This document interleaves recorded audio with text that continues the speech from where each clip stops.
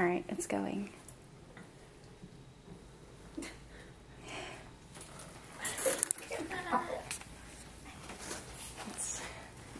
here. Okay, so in today's world, since both parents have to work, kids usually stay with a nanny, grandma, maybe a daycare. Did any of your moms usually ever say these things to you, like the house isn't going to clean itself, or your room looks like a tornado hit it? Yes. Or you're bored, I can give you something to do. I know mine did. So what do these things I've mentioned so far have to do with you? It may seem like a no-brainer, but obligating your kids to help with chores will benefit for the parent and the kids. The earlier you start them on that path, the better it is for you and for the path of least resistance. According to an article from Parenting Issue called Why Your Children Should Do Chores, school is sometimes presented as the work we expect of our kids, and when homework is done, they're free to play. Is housework to be done? Sorry. And as I stated already, both parents are working now. A lot of the mess belongs to the kids anyway. In order to understand why this is important, we will work through the problem, causes, and solution to obligating children to do chores. First is the problem. The consequences of not enforcing chores could produce the following qualities in your children: laziness, self-entitlement, lack of skills. According to Chrissy Halton, in an article titled 11 Reasons to Get Kids Involved in Household Chores, there are 11 reasons to adopt this way of thinking. The first one is learning skills, such as how to wash clothes, how to wash dishes, just everyday things. The second is responsibility. It teaches them to keep a little extra something in their minds, like they would for brushing their teeth and brushing their hair. Feeding the dog is just one more thing for them to do, and it teaches them to be responsible to remember to do that. The third is respect. If the parents are constantly doing the chores, they aren't really seeing what it takes to keep a house clean, and by doing it themselves, they have a respect for the parents, seeing them do that all the time. The sense of pride and belonging. Number 5, planning.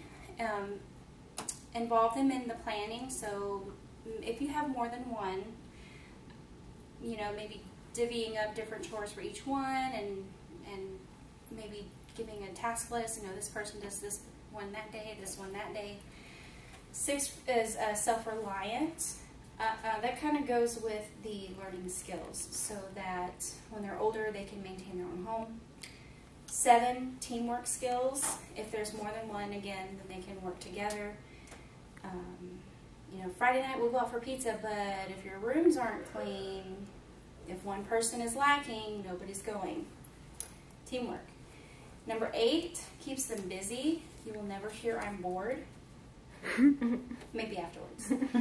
Number 9 is work ethic. This gives them something to strive for.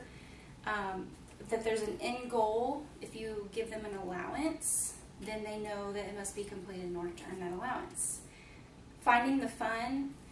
Okay, cleaning is boring, and it's something that we all dread, even as parents and adults.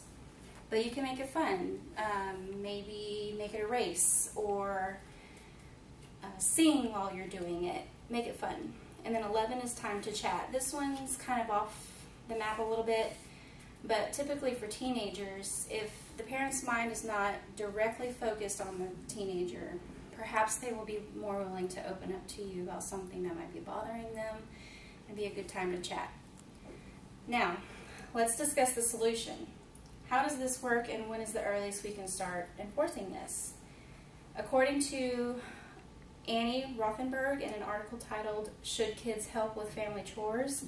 She states, toddlers and preschoolers love to imitate you and help you, but can't be counted on to do jobs regularly or well enough.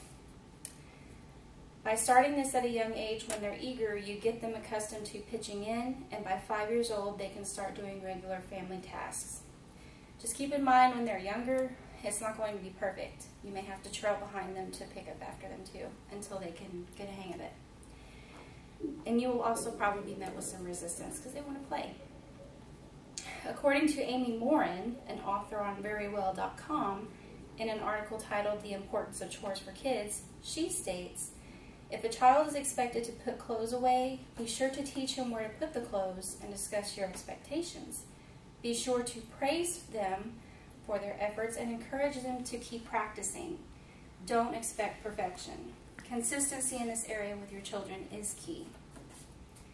And in conclusion, considering the 11 points I outlined, supporting why kids should do chores, the problem that is incurred when they don't, and the solution to resistance that parents might be faced with when enforcing them, it seems clear that if everyone works together, building the foundation and having teamwork, the end result will benefit the whole family.